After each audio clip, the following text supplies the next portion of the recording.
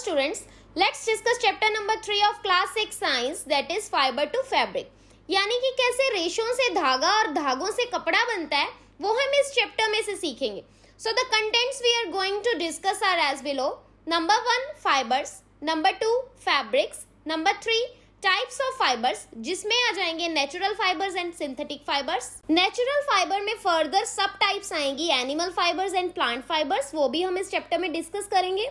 Number 4 is ginning, number 5 spinning, 6 weaving, 7 knitting and last topic is history of clothing material that we are going to discuss in this chapter. So let's start the chapter. Fibers. Fibers are materials which are available in the form of thin, continuous, flexible strands. They are spun into yarn and made into fabrics. तो fibers को हिंदी में रेशा कहा जाता है. ये बहुत ही पतले रेशे होते हैं जिनसे धागा बनाया जाता है एंड फाइनली उस धागे से कपड़ा बनाया जाता है. Fabrics. Fabrics are defined as a cloth material made by knitting and weaving of threads together. मतलब कि धागों को बुनकर बनाए जाने वाले कपड़े को फैब्रिक कहते हैं. Types of fibres. तो basically there are two types of fibres, natural fibres and synthetic fibres. तो जो फाइबर्स नेचुरली प्लांट्स या एनिमल से मिलते हैं उन्हें नेचुरल फाइबर्स कहते हैं. जैसे कि cotton and jute fibre plant से मिलता है और silk and wool fibre animal से मिलता है.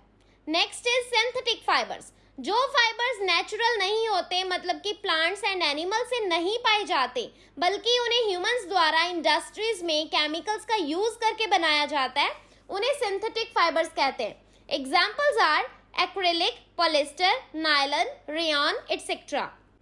Now let's discuss two types of natural fibers, that is animal fibers and plant fibers, and also the processes by which they are synthesized. तो जैसे कि हमारी एनसीईआरटी ने मेन स्ट्रेस दिया है वूल एंड सिल्क पे एज एनिमल फाइबर्स, तो students वूल यानी कि ऊन हमें मेनली मिलती है भेड़, ऊंट, बकरी या याक से. इन एनिमल से ऊन बनाने के प्रोसेस में काफी स्टेप्स आते हैं. जैसे कि फर्स्ट स्टेप आ जाता है शेयरिंग, जिसमें जानवरों की फर को निकाल लिया जाता है. सेकेंड स्टेप इज स्कोरिंग और वॉशिंग ऑफ वूल, जिसमें वूल को साफ किया जाता है. Third step is sorting the wool, जिसमें वूल को उसकी लेंथ, कलर एंड टेक्सचर के अकॉर्डिंग छांट लिया जाता है. Fourth step is cleaning. Fifth step is dyeing, that is to colour the wool. Sixth step is straightening, then rolling and last one is combing, जो कि एक मशीन की help से किया जाता है. इससे शॉर्ट लेंथ वाले फाइबर्स को मशीन अलग कर देती है और लास्ट में एक जैसी लंबाई वाली वूल मिल जाती है, जिसे स्पिनिंग के लिए मिल्स में भेज दिया जाता है. Next animal fibre we are going to discuss is silk. इस प्रोसेस में भी सिल्क वर्म के लाइफ साइकिल के कई स्टेजेस इन्वॉल्व होते हैं. So the first stage is egg stage, जिसमें female silk worm mulberry leaves के ऊपर अंडे देती है. Next stage is called as larva stage, जिसमें एग्स एक वर्म लाइक स्ट्रक्चर में कन्वर्ट हो जाते हैं, जिन्हें लार्वा कहते हैं. ये इंसेक्ट लार्वा मलबरी लीव्स को खाते रहते हैं और जल्दी ही बड़े हो जाते हैं. Third stage is called as resting phase. तो जैसे रेस्ट के लिए हमें अपने अराउंड एक वार्म कंफर्टेबल कवर चाहिए होता है, जैसे कि सोते टाइम हमें अपना ब्लैंकेट या शीट चाहिए होता है, सिमिलरली इंसेक्ट लार्वा अपने अराउंड एक कवर बना लेते हैं. एक्चुअली ये इंसेक्ट लार्वा अपने मुंह से एक स्लाइमी यानी कि चिपचिपा थ्रेड लाइक स्ट्रक्चर निकालना शुरू कर देते हैं और अपनी पूरी बॉडी को उन थ्रेड से कवर कर लेते हैं. इस कवरिंग को कुकून कहा जाता है. अब इसी कुकून को प्रोसेस करने के बाद हमें सिल्क फाइबर मिलता है. अब इस कुकून में लार्वा रेस्ट करने लगता है और अपने लाइफ साइकिल की अगली स्टेज में एंटर कर जाता है, जिसे प्यूपा स्टेज कहते हैं. इस स्टेज में वर्म मूव नहीं करता और उसकी डेवलपमेंट होने लगती है और इसी दौरान अडल्ट मोथ के पास पाए जाने वाले ऑर्गन्स प्यूपा में बनने शुरू हो जाते हैं.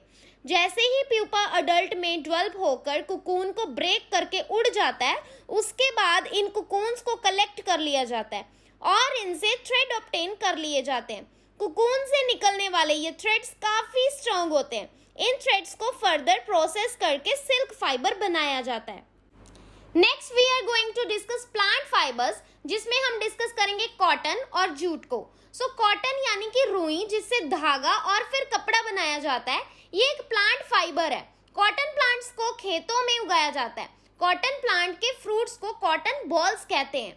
ये बिल्कुल नींबू के साइज के होते हैं. मैच्योर होने के बाद ये कॉटन बॉल्स बर्स्ट होके ओपन हो जाती हैं और रुई से कवर हो रखे सीड्स को हम देख पाते हैं।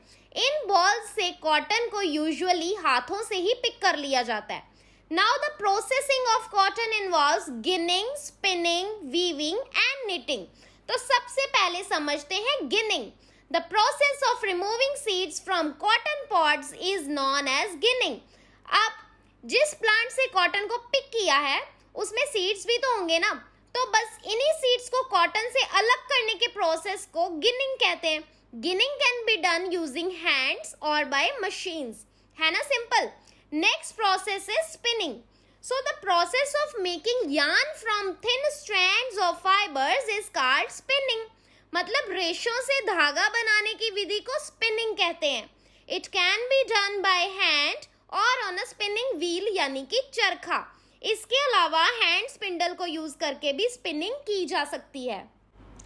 अब रेशों से धागा तो बना लिया, अब हम सीखेंगे कि इस धागे से कपड़ा कैसे बनता है। Yes, you are right. Now we will discuss article number 3.5 from our NCERT, that is yarn to fabric. तो स्टूडेंट्स, बहुत सारे तरीके हैं जिनसे हम धागे से कपड़ा बना सकते हैं। जो दो मेन प्रोसेसेस यूज किए जाते हैं वो है वीविंग एंड निटिंग, यानी कि बुनना। So what is weaving? The answer is very simple. The process of arranging two sets of yarns together to make a fabric is called weaving. मतलब कि दो धागों की आपस में बुनाई करके कपड़ा बनाने के प्रोसेस को वीविंग कहते हैं। कपड़े की बुनाई बड़ी बड़ी मशीनों पे की जाती है जिन्हें लूम्स कहते हैं। लूम्स हाथ से भी चलाए जाते हैं और बिजली पर चलने वाले लूम्स भी होते हैं। ये सारे काम कपड़ा फैक्ट्री में होते हैं और इसमें काफी ज्यादा लेबर भी लगता है। Next process is knitting. इसे समझने से पहले आइए समझते हैं कि वीविंग एंड निटिंग में बेसिक डिफरेंस क्या है, क्योंकि मतलब तो दोनों का एक ही है ना, सेम मतलब है दोनों का, दैट इज बुनना। तो स्टूडेंट्स, इन दोनों टर्म्स में बेसिक डिफरेंस ये है कि वीविंग में हम धागों के दो सेट्स को आपस में बुनते हैं और निटिंग में हम एक ही लंबा धागा यूज करते हैं। निटिंग को हम हैंड से भी कर सकते हैं और मशीन से भी कर सकते हैं। हैंड निटिंग में बेस्ट एग्जांपल है स्वेटर्स, जो कि आप सब ने अपनी माँ और दादी माँ को बनाते हुए देखा होगा। तो स्टूडेंट्स, ये तो थे रेशों से कपड़ा बनाने तक के सारे प्रोसेस। अब हम लास्ट में एक और इम्पॉर्टेंट प्लांट फाइबर को पढ़ेंगे जो कि है जूट। जूट फाइबर जो है ये मिलता है जूट प्लांट की स्टेम से। तो चलिए समझते हैं कि जूट प्लांट की स्टेम से जूट फाइबर कैसे बनता है। It is a very important question, let's start it. तो रेनी सीजन में जूट प्लांट की खेती की जाती है। फसल को फ्लावरिंग स्टेज आने पे काट लिया जाता है। हार्वेस्टिंग के बाद जूट की स्टेम्स को बंडल बनाकर लगभग 20 दिनों के लिए पानी में भिगोकर रखा जाता है। इस प्रोसेस को रेटिंग कहते हैं, जो 20 दिनों तक चलता है। पानी में भीगे हुए रहने के कारण स्टार्च में से फाइबर्स अलग होने लगते हैं। अब इन फाइबर्स को अलग करके साफ पानी में धोया जाता है। धोने के बाद इन फाइबर्स को सुखाने के लिए अलग अलग कर दिया जाता है या कहीं पे हैंग कर दिया जाता है। 2 से 3 दिनों में फाइबर्स अच्छे से सूख जाते हैं।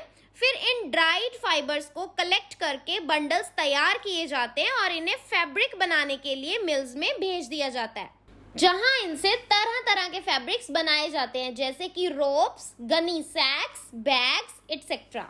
एनसीईआरटी में हमारा लास्ट टॉपिक है हिस्ट्री ऑफ क्लॉथिंग मटेरियल।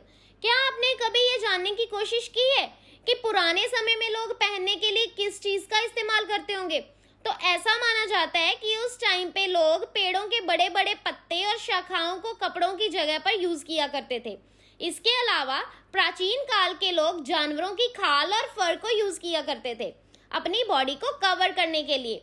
खेती बाड़ी से पहले ही लोगों ने घास और पेड़ों की टहनियों को आपस में बुनकर मैट्स एंड बास्केट्स बनाना सीख लिया था।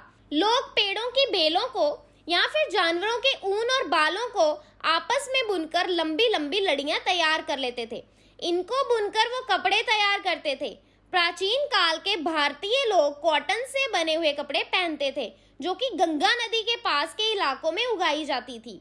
इसके अलावा एनसीईआरटी में बात की गई है फ्लैक्स फाइबर की। फ्लैक्स भी एक प्लांट है जो हमें नेचुरल फाइबर देता है। प्राचीन काल में इजिप्ट में नील नदी के आसपास के रीजन्स में कपड़ा बनाने के लिए कॉटन और फ्लैक्स की खेती की जाती थी।